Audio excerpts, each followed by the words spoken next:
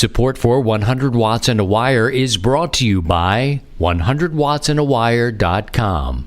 To subscribe to the show, simply click the RSS feed found under each episode. While you're there, apply for your free 100 Watts ID and learn how you can help make 100 Watts and a Wire listener supported. Click the donate page and pick the option that works best for you. That's 100wattsandawire.com. And ICOM. Communication has never been so fun than with ICOM. From D-Star to SDR, ICOM uses the most advanced technology in their radios. And now, from Grid Square Echo Mike 48, this is 100 Watts and a Wire. Yes, sir. Well, hello to you. It's Christian, Kilo Zero Sierra Tango Hotel. Fresh off a DX weekend. Boy, it was hot and heavy all the way from Thursday through Sunday. Hot DX. Call 1-800-HOT-DXXXX. I got to tell you, my ears are fatigued. Just all that mumbo jumbo. And when I say mumbo jumbo, it came out first because I couldn't elegantly get to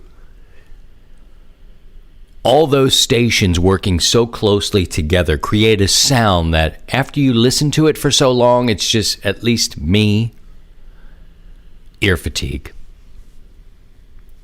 I just had to turn it off, man. That's it. But, that said, it was probably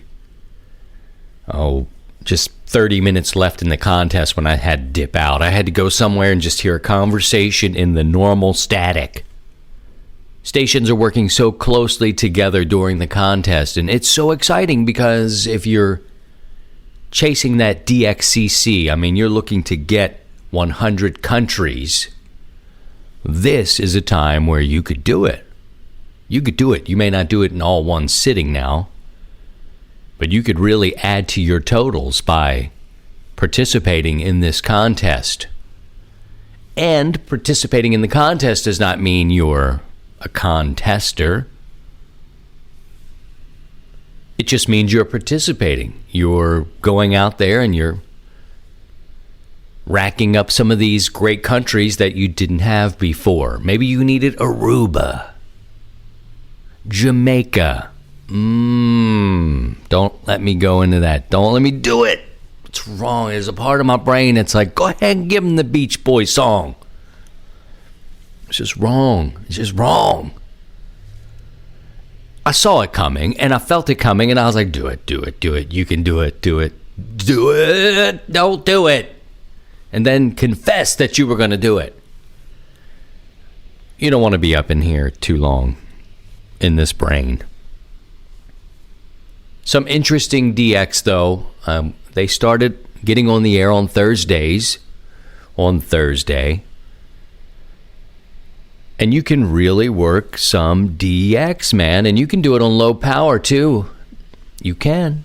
You can do it because it's out there. And you just have to be smart when you call, Maybe you don't want to be in that pile up if you're just doing 100 watts or you're doing 5 watts or 1 watt. Wait it out. Dial around. That's what I was doing. And I'd hear somebody parking and barking, and I pounced. Boom. On Thursday and Friday, these stations, some of them go to different places, like the Caribbean. So you may have an American station traveling to Aruba or wherever and setting up a station, and they have a team there, and that's where they're going to operate from even. And a lot of those locations are, 1, it's beautiful there. 2, it's strategic. The positioning of where that place is, that entity is, where it is. What could they do more with propagation from that spot? There's some serious business contesters out there. I used to like it a lot for my DXCC. I used to poke around. I still do look for those entities that I don't have. And then I try to get them. Now it's like, all right, I've got a little I got a 100-watt radio in my truck, which presents its own challenges. It's got its own thing. If I'm near a power line, forget it. If I'm in the open, maybe. You never know. Give it a shot. And I do. And also, I'm starting to drift toward, I don't know if I'll ever be a true QRP guy. 5 watts to me is really exciting, and I'd get it if I could do code, right? Yeah, I'm a no-code ham. I have interest in it, but, what was asked of me didn't require that I learn the code enough to be proficient and pass the test. I studied and passed what was asked of me. But however, doing 5 watts, 1 watt on CW, that's pretty cool, man. You can hit a far-off place, and the code will get you to different places. A little bit easier than phone. Don't get me wrong, the code is sexy. It is sexy, and it's on my list. I hope I get to it. I started learning the code the wrong way, where I was learning how to send it only. So I learned 13 letters or so, and I was like, wait a minute. What does it sound like on the receive? I had to start over. Anywho, although I may never become, I'll never say never. I did, didn't I? Right now, my interest is not being a 5-watt station somewhere, QRP, trying to reach DX. That's not my interest. Although, 60 watts, 50 watts, 40 watts, that's interesting to me. And what I did on Sunday is, I figured, look, you're kind of seeing the same stations. They're parking and barking. Every now and again, I'd see one that would come up, and maybe I didn't have it. There were a couple I felt like, maybe you'll never get the first one confirmed. Let's try again. Let's be a little redundant. I'm cool with redundancy. So I tried them. Trying to remember what it was. One was Alaska, right? I know I have an Alaskan contact, but, I don't know that it was ever confirmed. One was Japan. Just because it was there, and I thought, you know what? There's not a huge pileup. There's more Japanese operators on right now. Let me just do it, And I probably would do this with a few others. New Zealand, that kind of thing. Sunday rolls around, and I've got this trip coming up to Florida in about 12 days or so. A couple weeks from now, I'll be in Florida.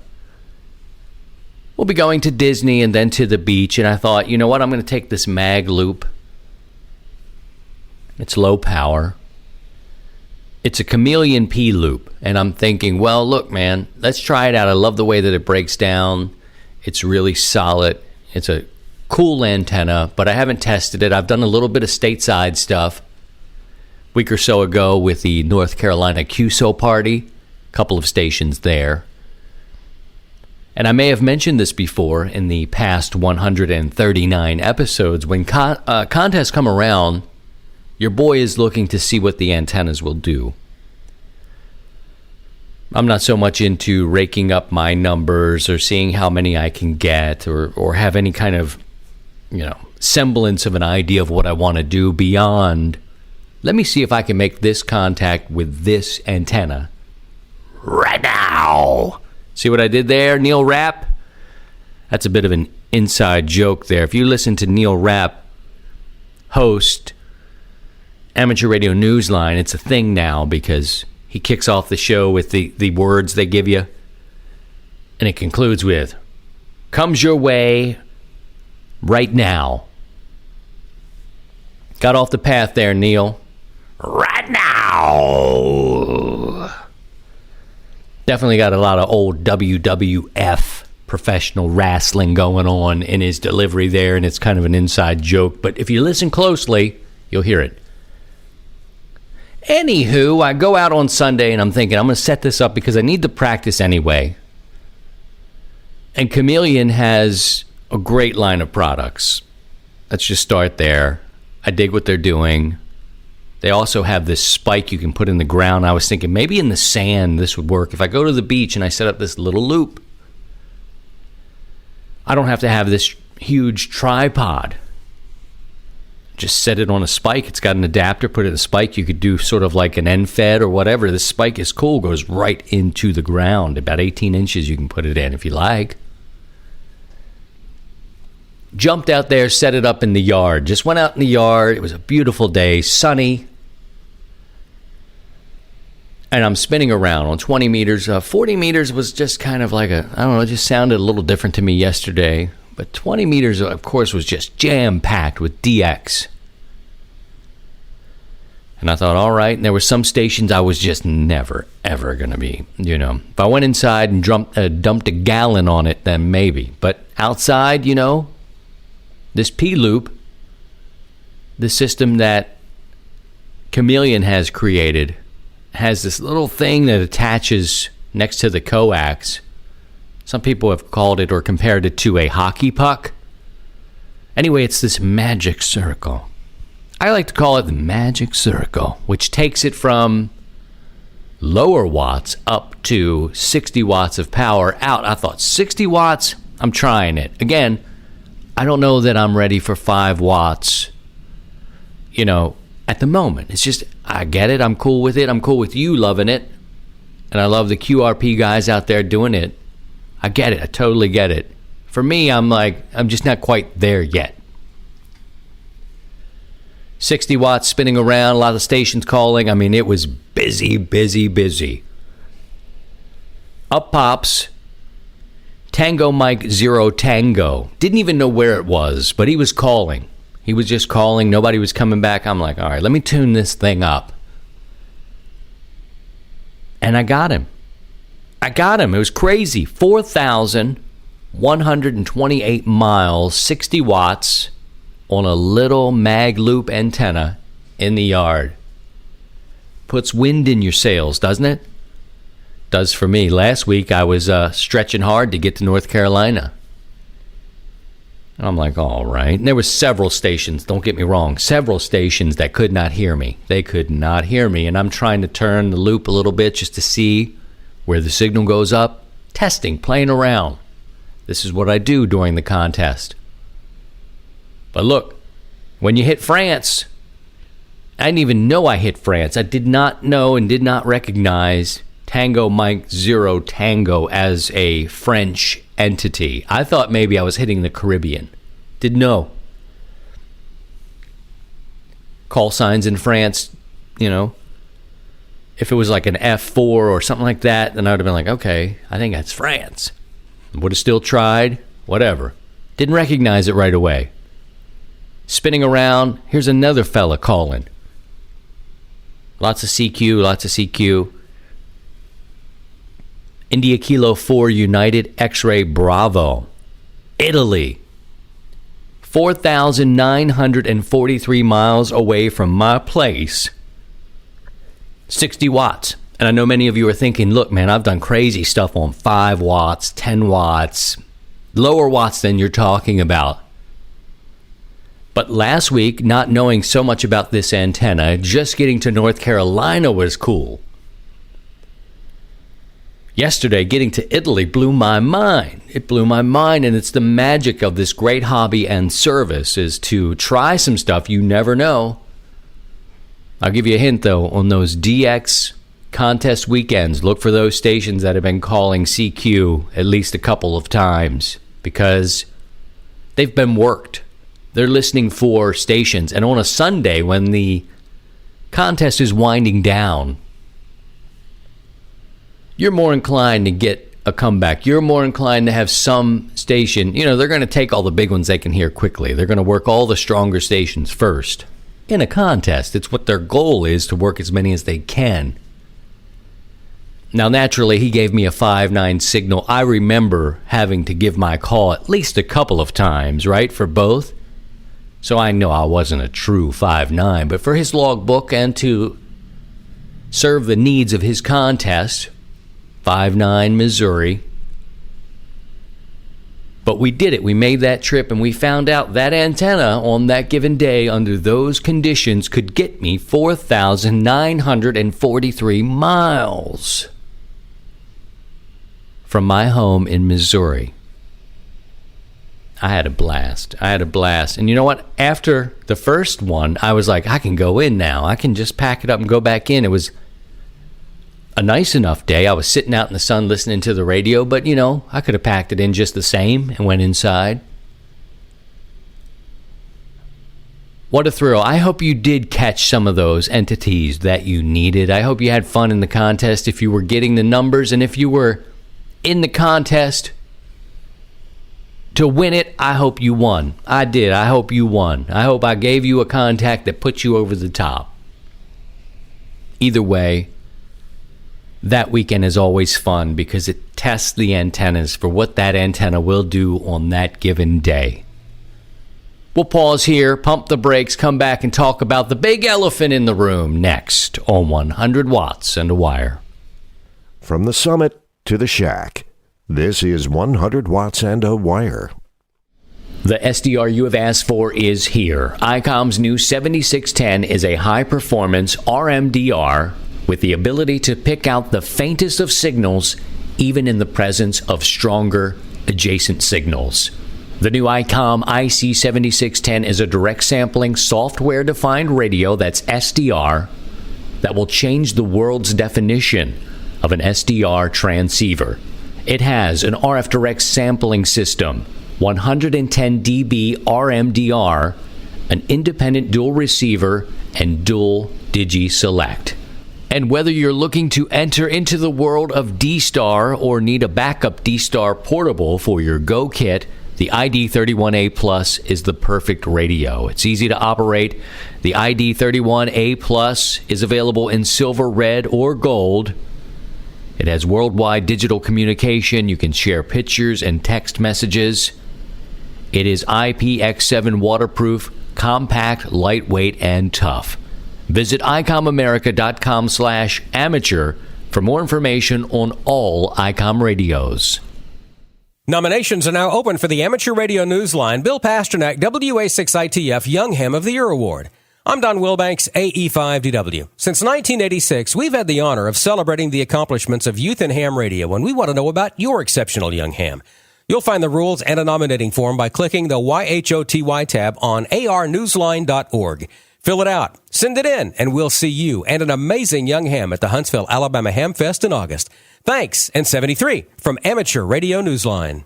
Little pistols and big guns. This is 100 Watts and a Wire. Well, let's get into this now. The ARRL has asked the FCC to expand HF privileges for technician licensees to include limited phone privileges on 75, 40, and 15 meters, plus RTTY and digital mode privileges on 80, 40, 15, and 10.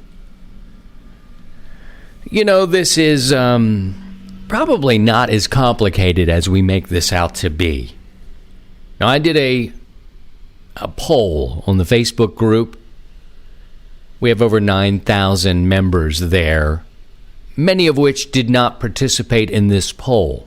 It's a very crude and short sampled poll, just a few days. And I simply asked, 1, do you not support a change? I support a change, or I support some changes. Now, very crude numbers, 152 people who voted said no. I do not support a change.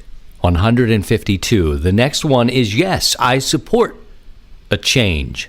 56 people said I support a change. I support some changes, 25 people. And 5 people put limited but with reduced power.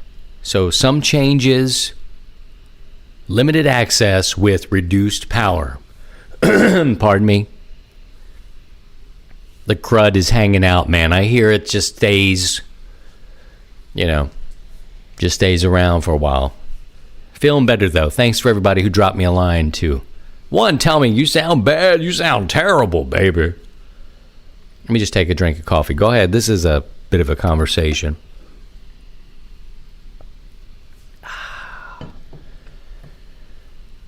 So on this short, brief poll that I put up a couple of days ago, a very small sample, more people said, I do not support a change. I do not support this change. And then some people did. 56 people said, I support a change. And then, some said, but basically the package says, look, I do not support a change in the way it is right now. And I'm hearing a lot on the radio, too. People are hearing about this and they're paying attention. And I have to say, there's a lot of people who do not agree with this. But there's also a lot of people who say, look, this is the kind of thing that ruined amateur radio.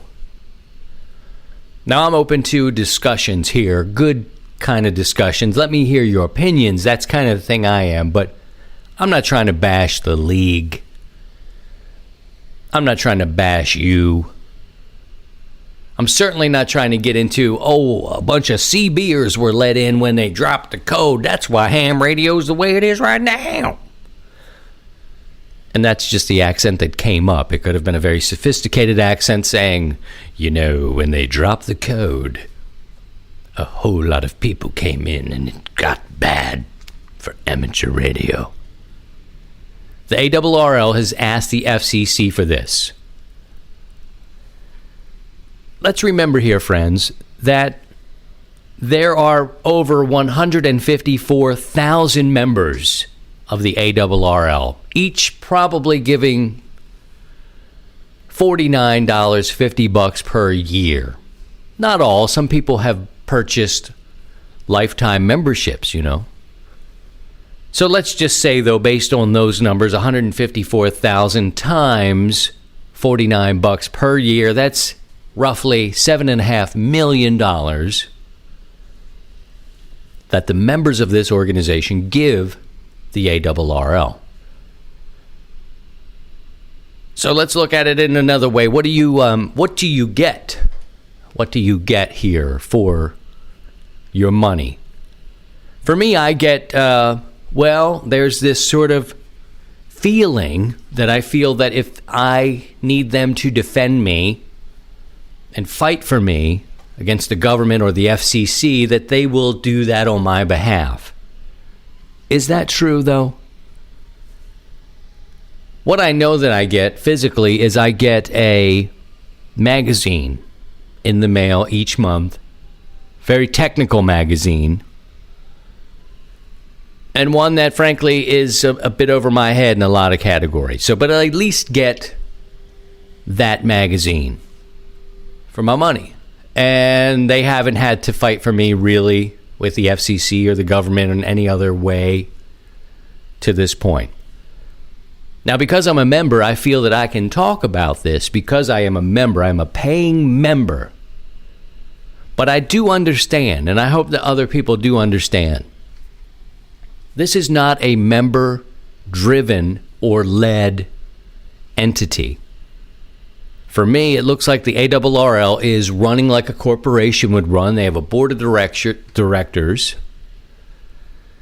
They have territory directors. And frankly, they didn't ask me what I think. Now, there was a survey that I took, I guess it was the beginning of last year, that had to do something with this.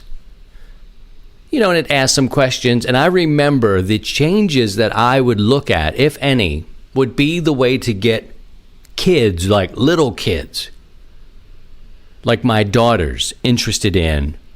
And maybe, I'm a little worried. I know it's been done. People have been 5 years old. People are, have their whole families are licensed, and it's great. They're young. But for me right now, I don't want to give my 7-year-old a book and say, hey, look, let's study Ohm's law right now. She's exposed to daddy making a contact with Japan, a bang, and that happened, and that's exciting. Or, hey, I'm talking to someone in Delaware where grandma lives. My fear is that I will scare her away scare a second grader away with too much.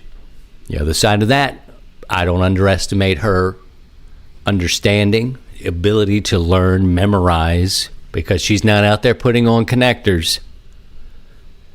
So if anything, I would love a program to help teach the kids and maybe have them in a Elmering program like with Dad. And it leads into the tech, which leads to the general. I'm okay with if you're a teenager and you want to study and get your license. Cool. I think it's easy enough for someone who is a little bit older to be Elmered, mentored, and take that test and get it. Get those privileges, earn those privileges. So what I'm saying is I'm cool with the way it is today. I am all right with that. I understand that, hundreds of people die every year that were members of the ARRL. They need to cultivate a new base.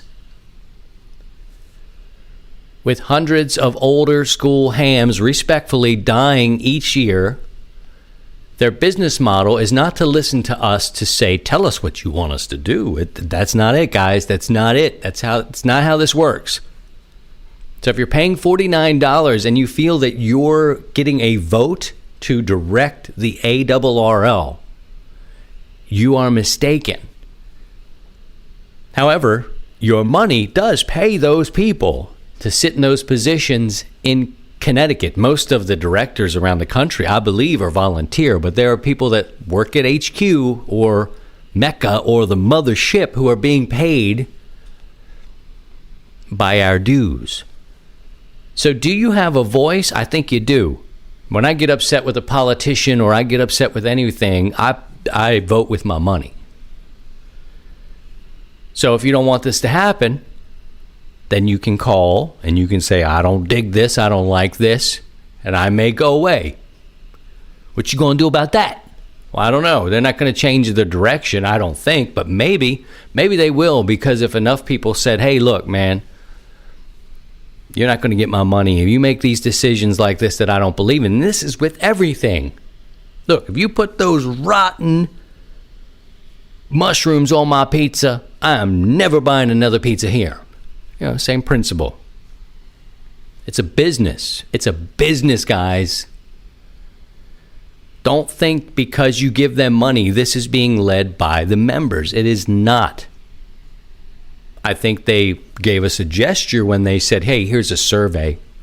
What do you think? My survey said, hey, I'd like to be able to bring my 7-year-old, then 6-year-old, into amateur radio and cultivate her interest in this with maybe a program for kids. And, I know they exist in schools, but I'm not there. There's nothing where I am that exists right now to help my kid get licensed beside me. Everybody works. Is there a program that can Elmer her? I'm going to dig into this on my own. A study, maybe some whatever it is. That's what I said I would like to see. Somebody help me get my kid licensed in a way that just isn't talking about Ohm's law and frequency and you know what I mean? Just let's develop a way there, maybe. However, when you get to a certain age, I believe that technician license is easy enough to pass as it is. I believe the privileges are cool where it is. There's a lot of digital modes. There's a lot of things you can do. And it's a bigger conversation than this. Ask my opinion. I'd say leave it as it is now. And I understand why the ARRL would be looking to regenerate and cultivate a new audience of younger people. I think what they have is a lot of people are getting licensed as technicians, but not making the move to general, which gets you on HF, which keeps you in the game, which keeps you around, it keeps you interested. People get licensed, and maybe people are falling off. So between the people who are dying, silent keys, who have been in the game for a long time, lifetime members, every year they pay a little bit of something, maybe. There's also hope with a lot of people coming in. New technicians are getting licensed, but are they making that transition to generals? Must be a gap there. I'm no detective, but I know business a little bit. If they're not moving over to become generals, then they're not getting into HF, and you didn't set the hook. You kind of got a nibble. Boop, boop, boop. You got a nibble. Did you set the hook? So that's where I am on this. You're a little bit between, I give them money every year to represent me, and this is not what I feel represents the best interest of the amateur radio community. That part doesn't matter, see? They may care about what you think enough for you to stay on and continue paying, but this is not the system, guys. It's not like they're saying, look, this is a member-driven thing. So if more people say this is not good, we won't do it. So if more people think it's not good, but it's better for business, they're going to do it. So are they operating in your interest when you look at, I want them to fight for me. I want them to fight against the FCC. If the FCC try to take away my privileges, I'm paying them to fight me. Are they? Or are they doing things that benefit the business model? It's complicated, man. I'm not anti-league at all. I have been a member since I was licensed in 2012. Staying a member gives me a voice to you. I can voice this opinion because they're not asking me, hey, look, see child, hey, now, let me see, Kilo Zero Sierra Tango Hotel. Can you tell me what you think? Because what you think matters. And we consider you an influencer. And we want to know what you think because we're thinking about you doing this because. And that because is they need more people sticking around longer to improve that membership base. They don't necessarily want the base to lead the carriage. They want the base, need the base. Where's your voice? Oh, Lord. Oh. And so it was. The FCC, I guess, will listen. The FCC will decide if that's something they want to do. I think it's a hobby and a service that needs to evolve and do a little bit too. So, I mean, I like the test the way it is. I like the privileges the way they are right now. You kind of learn and earn and go as you go. I like that. On the front side, right now, I think more about, I'd like to be able to teach my kid without freaking my kid out over some test. And that's where I am. Leave everything else alone and help me get her licensed. And my little one behind her, if she's interested. The exposure is what's really important for my kid. She sees it's cool. She'll look over at me and hear somebody calling CQ, and she'll be like, Daddy, can you get him? And I'm like, any other dad, yeah, I can get him. You want me to get him? All right. And she thinks it's cool. I put out a call and they come back to me. She'll look over at me like, all right.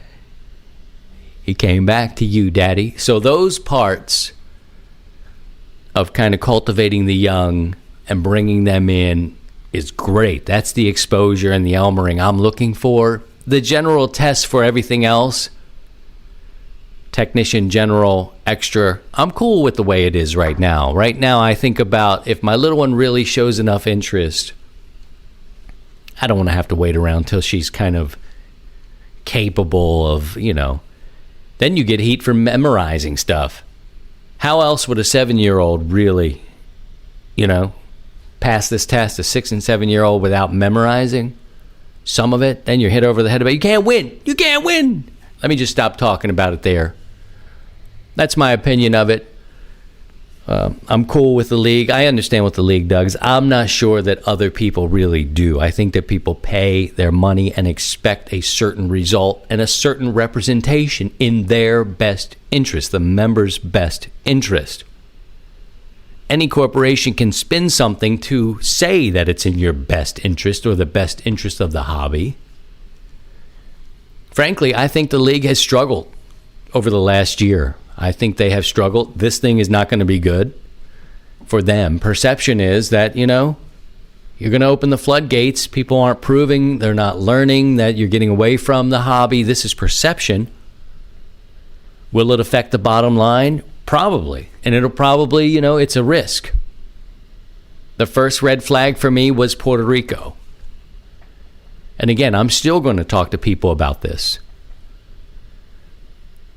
Because I thought it was a marketing tool. It seemed a little desperate to me, and it was not true. This Force of 50 came off like a marketing tool, a photo op, perhaps an opportunity to write books, sell books, a business decision. I've been in commercial radio long enough to know when I see a stunt. They want to bury me alive in Philadelphia. I had one joker when I was successful and doing well in Philadelphia. He said, look, man, what if we bury you alive? And I remember the look on my face. I've also been asked to change my name before to suit some kind of world event. That's a different story. I'll tell you about that in Xenia as we get a pint together. But for now, the Force of 50 was a marketing stunt. It was an opportunity to look like they were heroes. And if this comes off as league bash, and I'm sorry, but I paid my money. I paid my money. If I stop paying my money in my membership, I'll stop talking about what the league does. Right now, I paid my money. I'm going to tell you, I ain't like that as much. I ain't like it. You didn't even send 50 people, and you left out of there, and you came back thinking you were heroes or talking like you were, and that you learned everything, and everything's fine. Next. Let's go on ahead and ask the FCC to expand these privileges. That's the next model. Guys, remember what your role in this is. Your role is, I pay my money, I'm a member, I support the league. You help keep people in their positions there. You help pay these people. You think you have a lot of influence, and maybe you do, in terms of keeping these people in place. Some people are just volunteering. The ones out here representing you. And I've said too much. Your money does not entitle you to the vote to change the direction of the model of the league, period. That's what's up. That's the end. What you do now, you pay your money or you don't. And what they go and do and what changes happen on our behalf, for good or bad, they happen under their own direction, their board of directors and their own model. That's it. You want to say something to them, or vote with your money, but that's what it is to me. Oh, Lord. There have been, speaking of upgrades and getting a different license and doing well, if you go to 100wattsandawire.com, you can let us know when you get your upgrade. We have a couple this weekend to report, or this week to report. Stephen, Kilo Echo 5 United Radio Golf, has upgraded. Congratulations to Stephen. And William, Kilo Bravo 3 Juliet Kilo Sierra. Now, I imagine they have gone from technician to general. They didn't tell me, but their call signs are changing. I guess they could be getting vanity signs. But congratulations to Stephen and William for preparing, studying, and passing.